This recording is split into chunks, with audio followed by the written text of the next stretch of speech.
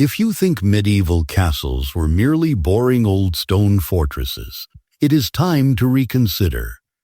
These ancient strongholds conceal mind-blowing secrets that will fundamentally change what you thought you knew. The lords and ladies who inhabited these castles desired comfort just as much as they sought protection. While the formidable outer walls were all business, featuring arrow slits and murder holes, the inner chambers were a vibrant world of color and luxury. The walls that appear bare and gray today were once adorned with magnificent painted scenes in brilliant reds, blues, and golds. For these medieval elites, comfort was paramount. Their floors often featured elaborate imported tiles from across Europe, arranged into beautiful and intricate patterns. The most opulent castles boasted glass windows at a time when glass was more valuable than gold by weight. In contrast, most common people had to choose between freezing with open windows or living in darkness with wooden shutters. Castle dwellers, meanwhile, were essentially living in medieval greenhouses. The massive fireplaces you see in castle ruins were capable of burning entire trees and were kept roaring day and night throughout the winter. Enormous tapestries that hung on the walls were not just decorative. They served as a form of medieval insulation, effectively keeping drafts at bay in rooms large enough to accommodate 3 modern houses. The Great Hall was a versatile space, hosting everything from royal feasts to legal proceedings, with tables that could stretch nearly 100 feet long. Even the most luxurious castles never lost sight of their primary military purpose, as clever designs were woven into every corner of these amazing buildings. Beautiful arched windows were strategically set high enough that arrows could not easily fly in, and decorative carvings often concealed defensive features. Dining arrangements were also strategic, with trusted advisors seated with their backs to the walls, while suspicious guests were placed where they could be constantly watched. Have you ever wondered why castle staircases often seem designed to make you dizzy? This was not a result of poor medieval architecture, but a brilliant element of battle strategy. Look closely at any old castle's spiral staircase, and you will notice they almost always twist clockwise as they ascend. This design was a deliberate fighting hack.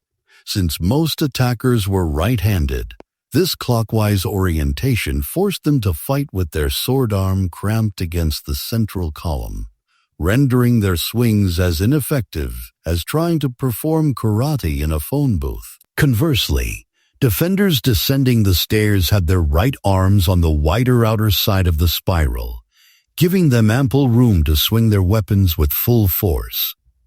Some castles took this cunning strategy even further by building steps of slightly different heights within the same staircase. The residents, familiar with the layout, knew which steps were uneven, but invaders did not.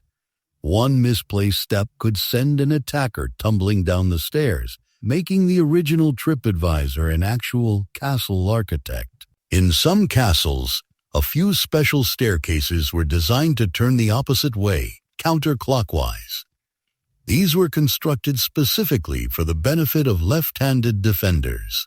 Approximately 1 in 10 medieval knights was a lefty, and just like today, these fighters were sometimes especially valued in castle defense, representing medieval warfare's first southpaw advantage long before baseball existed. While these devious stairs kept unwanted visitors out, the thick castle walls themselves held another secret: hidden chambers. Castle walls could be up to 12 feet thick, providing plenty of space to conceal entire rooms between the inner and outer stone faces, with entrances that were nearly impossible to find unless you knew the secret.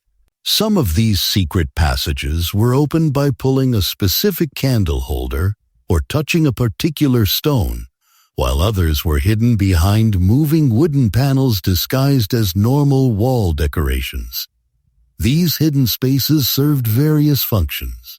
Many were escape routes, with tunnels leading to safety outside the castle walls. Others were listening posts. Hidden treasure rooms were also common, allowing gold and jewels to be secreted away in wall spaces that appeared to be solid stone. The darkest secret rooms were prison cells known as oubliettes, from a French word meaning to forget, because anyone placed inside was meant to be forgotten forever. While hidden spaces kept certain matters private, some castle features did the exact opposite. Medieval bathrooms, or garderobes, were typically small rooms jutting out from the castle walls, with chutes that allowed everything to drop straight down into the moat or onto the ground below.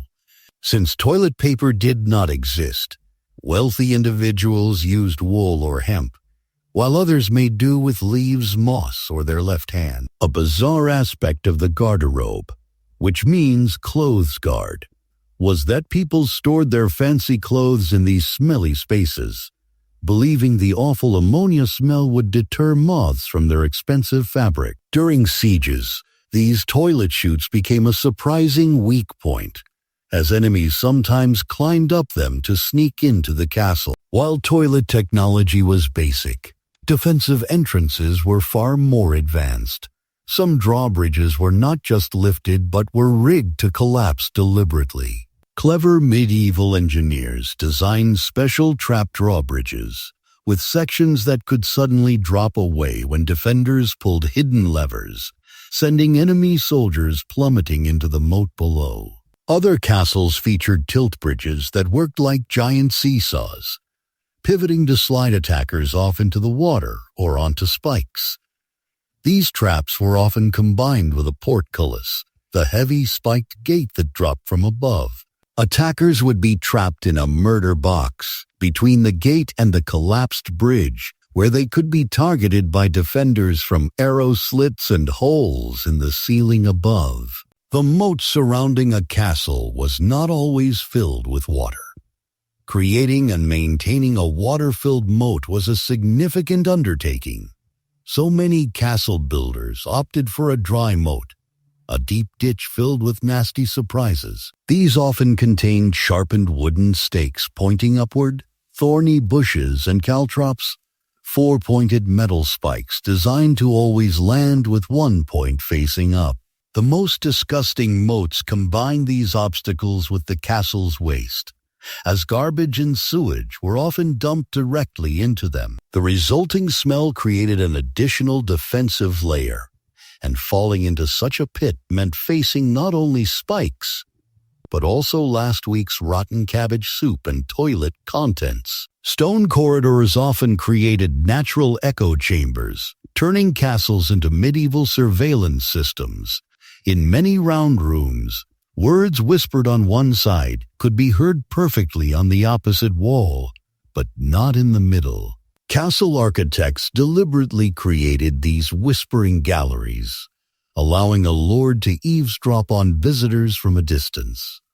Servants quickly learned these acoustic tricks and used them for gossip. Some castles even had small air shafts running between rooms, officially for ventilation, but which also carried conversations like stone speakerphones. Canny nobles developed counter-espionage techniques, like playing music or hanging thick tapestries to disrupt sound waves, and sometimes used the acoustics to spread false information. Location was everything when building a castle, and prime spots on high ground were often valued for centuries, meaning many castles were built on top of very old burial grounds. This was a powerful statement of a new ruler's dominance, and it also saved the work of leveling a new site. Ireland's Leap Castle, for instance, sits on land used for ancient ceremonies, and during renovations, workers discovered an underground pit filled with countless human skeletons. Similarly, Edinburgh Castle was built on a rock where people had been burying their dead for at least 3,000 years. Yapst, sebeinizers, sensitzes aids, eisensal, Civilizations. Many castles also had their own burial crypts directly below the main floors, with the living walking and dancing just feet above their deceased ancestors. These medieval fortresses might have housed kings and queens, but it was often rats that ruled the spaces between the walls and under the floors. A single castle could be home to thousands of rats, which thrived in the nooks and crannies of the stone structure. Castle kitchens were a rat paradise, with food prepared in massive quantities and scraps readily available. Castle dwellers tried various methods of pest control, employing dozens of cats as official rat hunters, and some even used ferrets or kept owls inside to hunt rodents at night. Despite these efforts, the rats, capable of rapid reproduction, always persisted, creating a constant nuisance even during formal events. While rats were unwelcome, castle owners voluntarily brought in even stranger animals to showcase their wealth and power. Many royal castles housed menageries with lions, leopards, and even chained bears in the courtyards. One royal kept a pet cheetah that roamed freely through her chambers, while another received an elephant as a gift and built a special structure to house it. Birds like eagles and falcons were popular, and peacocks strutted around the grounds. Monkeys and baboons were often kept as pets or conversation pieces, and some castles even had crocodiles in special water-filled chambers. From hidden rooms and clever defenses to ghostly burials and exotic animals, medieval castles were far more than just stone fortresses. They were complex, dynamic worlds filled with surprising secrets that made them the most fascinating buildings of their era.